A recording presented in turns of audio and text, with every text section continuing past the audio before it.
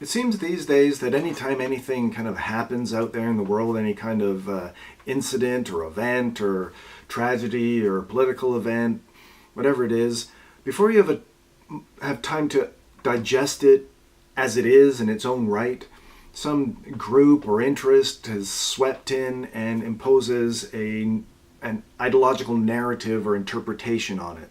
And the media collectively picks that up, and then they broadcast that to the world, and that becomes the frame within which we are meant to understand the event.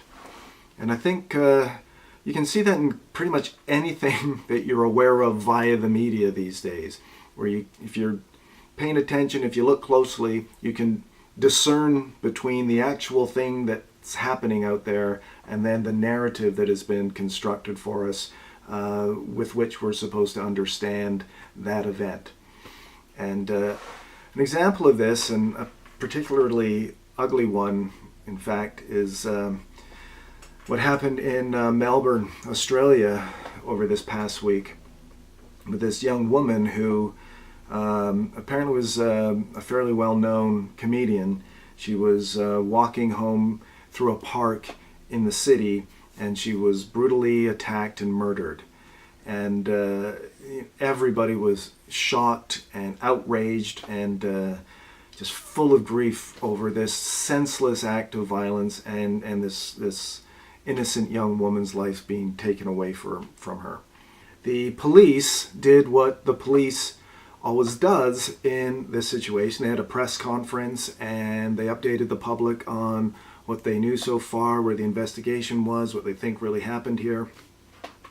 And then I don't know if they were solicited for this or if it was just something spontaneous they decided to do themselves, but they did a very police-ish thing, and they gave some advice or tips or reminders about what kind of precautions people can take to make themselves less vulnerable while they're out there in the scary, dangerous, nasty world.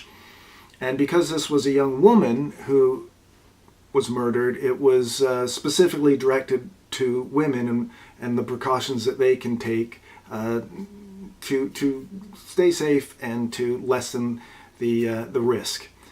And in a less histrionic time, this would not have been worthy of mention. It would not have been controversial in any way. But we don't live in those kinds of times anymore. And so almost immediately, the feminist left leapt on this and imposed a narrative on it, facilitated by the press, of course, by the media. And the narrative that got imposed on this was that the police had done something extremely offensive and terrible to women by telling women that they needed to change their behavior rather than telling men they have to stop murdering women. Right? This was the narrative, and the suggestion was that this is typical patriarchal society we live in. Like, men can do whatever they want, but women have to change their behavior. So this interpretation, this narrative, it's not even original to the feminists or the media in Australia.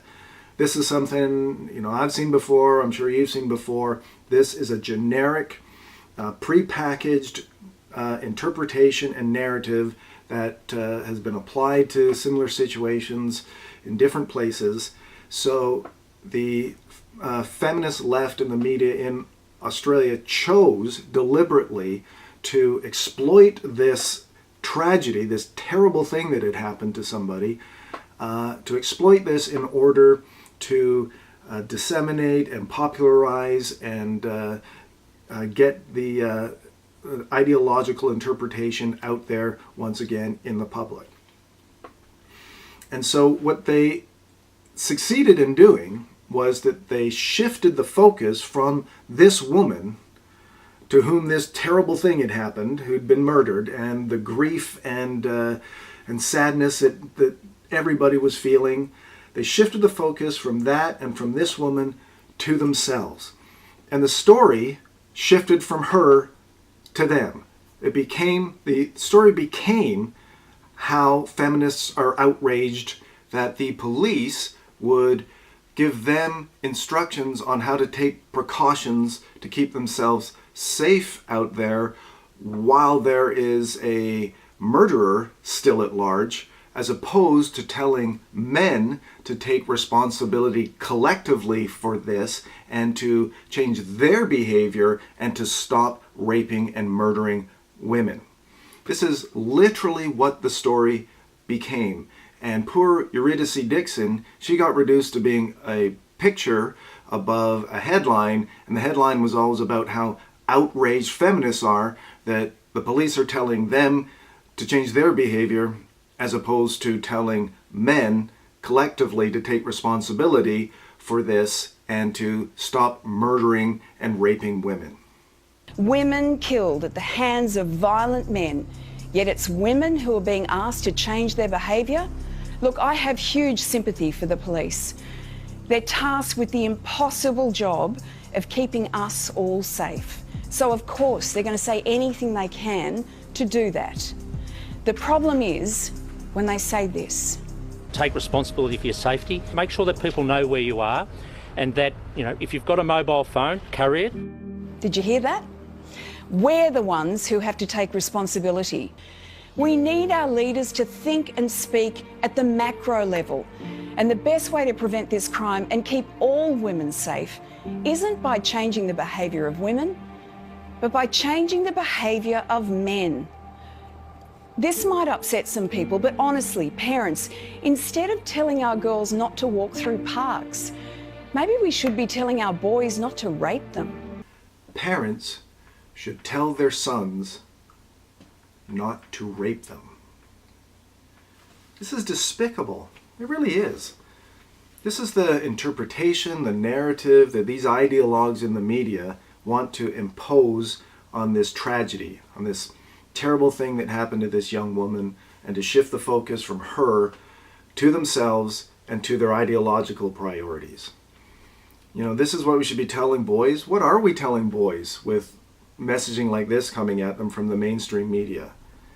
The premise here is supposed to be that the police going in front of cameras and addressing the public with advice to women on how they can take some precautions to make themselves less vulnerable, particularly while there is a murderer who is still at large.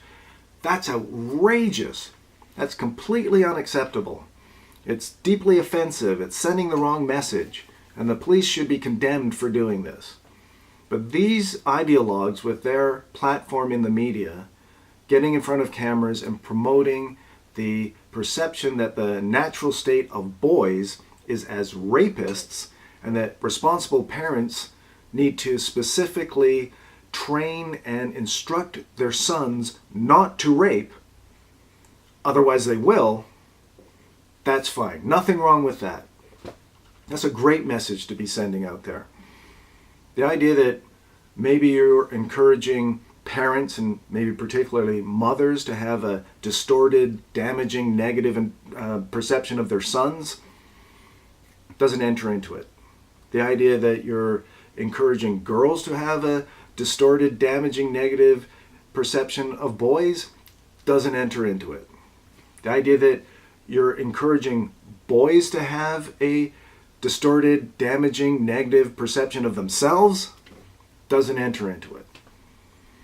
Now, I know that there are plenty of women and men out there who see through this stuff, that they recognize it as the ideology that it is, and they reject it. And all clear-thinking, reasonable people know that this is not an issue of women versus men. It's an issue of women and men versus sociopaths. It's sociopaths who commit these kinds of crimes. And it's only ideologues like these in the media who want to distort our perception of tragedies like this and exploit them in order to promote their interpretations and ideological narratives. Let's not let them do that. This is going to get ugly. Thank you.